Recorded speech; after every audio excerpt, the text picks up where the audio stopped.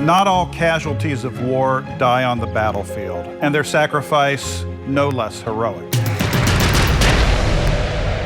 Rosa Rapp was born in 1894 in Jeffersonville, Indiana, and she enrolled in the Louisville City Training Hospital for nurses. She wanted to train to be a nurse, and she graduated from there in 1917, which is right around when the United States entered World War I. So the next year in 1918, she enrolled in the Army Nursing Corps and was deployed to France.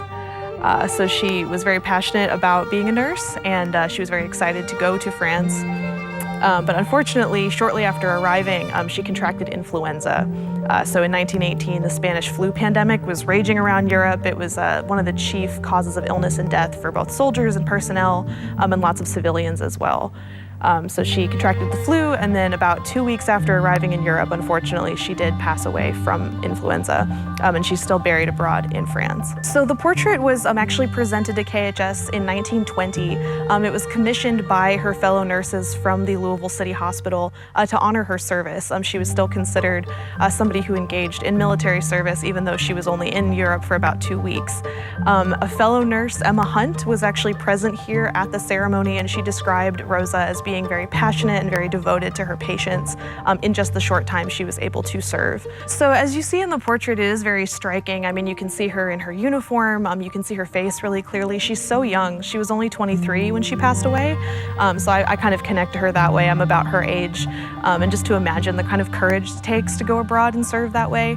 We had this portrait in our collection for a really long time, but it had never been widely available to the public.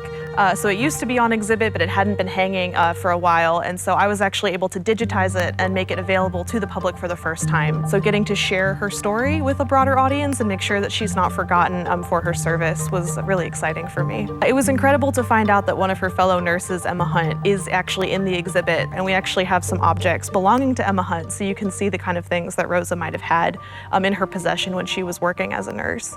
So in our Stories, Our Service, you can learn about Red Cross nurses and all the other ways that women have served throughout the United States history of armed conflict, especially the First World War. We have a lot of artifacts. We've got a stretcher and a garment bag, a dog tag, different things like that, so you can really get a physical sense of these women and the amazing work that they did.